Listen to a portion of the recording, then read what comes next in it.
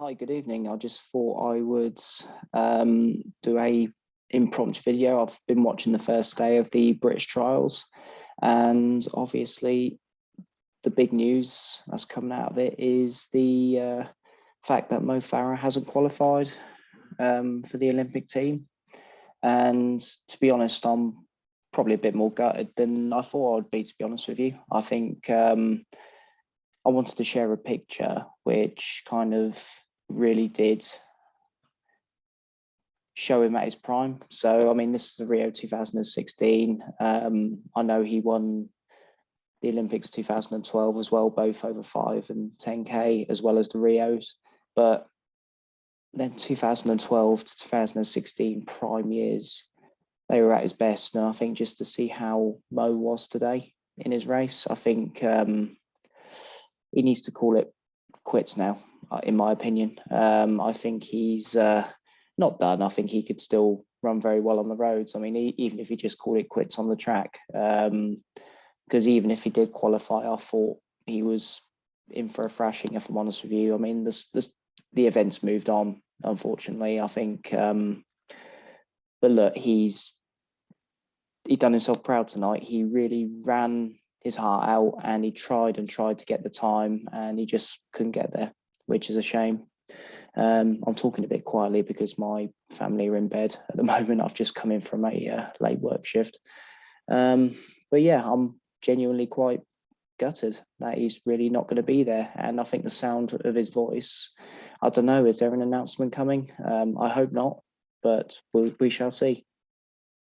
But actually, looking at some of the other performances tonight, I mean, mostly it was just heats, to be honest, but a couple of under 23K finals, which were determining places for the upcoming under 23 champs, which, it's under 20 champs. Will Barnicott, who he got performance of the day, which to get that over Mo is pretty good, to be honest with you. To be fair, I think if Mo would have got the qualifying time, that would have been the performance of the day. But I think quite rightly, it was given to someone who had qualified and won the race. So Will Barnicott got performance of the day, and he's going to the under 20 champs, which is brilliant. Along with Megan Keefe in the women's event, she won that as well, which is fantastic. Some of the big heats. So, I mean, I've picked out just a couple of events, to be honest with you. So the 1500s, the men's field's going to be stacked. I mean, the heats, I mean, you've got the likes of Jake Whiteman, Archie Davis, Tom Mortimer, Charlie Grice, you got Josh Kerr. I mean, he done a massive front running performance to get through his heat. Jake Haywood run really well, and Piers Copeland.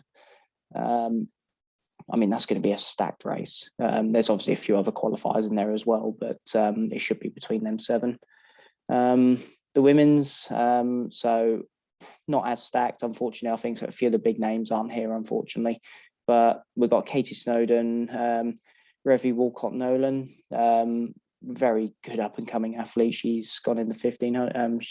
She done well in the 3K at the European Team Championships, but she's dropped down to 1500 and looked awesome, to be honest with you. Just finished ahead of Holly Archer.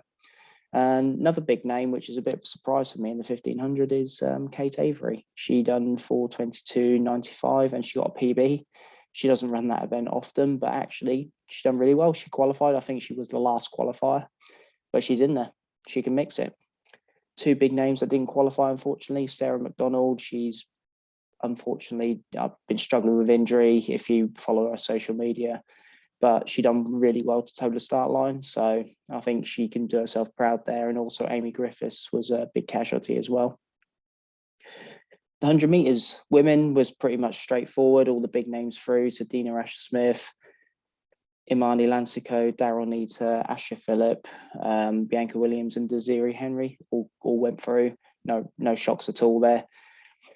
Not many people eliminated, to be honest with you. I was kind of wondering how it got to the point where you're running heats where only one person gets knocked out. It just doesn't make sense to me.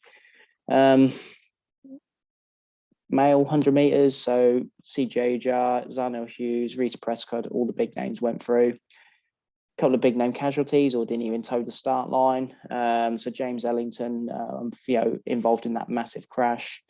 a few years ago now. But I mean, you follow his journey back to fitness. I mean, I just really wanted him to qualify for them next heats, but unfortunately, he just fell short. And I think it was just by there's one place. I think if someone else would have dropped out, then he'd have got in there. So it's a bit unfortunate for him. Dwayne Chambers, he finished 4th in his heat, and I'm so gutted about that. I mean, what, he shouldn't even be competing. I mean, yeah, okay, you talk about redemption and all that, but what's he doing back here? He's a drug cheat. And then talking of, I mean, this guy's never been convicted, but James DeSalu, he didn't even start. Them years ago, he ran 9 something, whatever it was in the heats.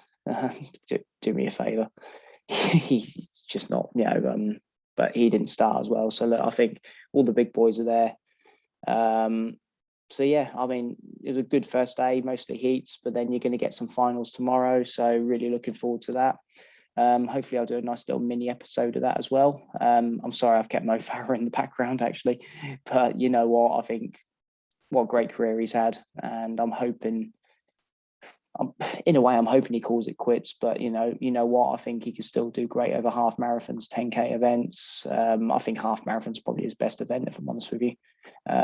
There's not many people that can touch him over it. So yeah, let's see what he does now. But yeah, it's just a quick video, just to let you know how I feel about Mo not qualifying. But there's some good performances as well tonight. So thanks for listening, and yeah, it'll be good to see what happens tomorrow. Thank you very much.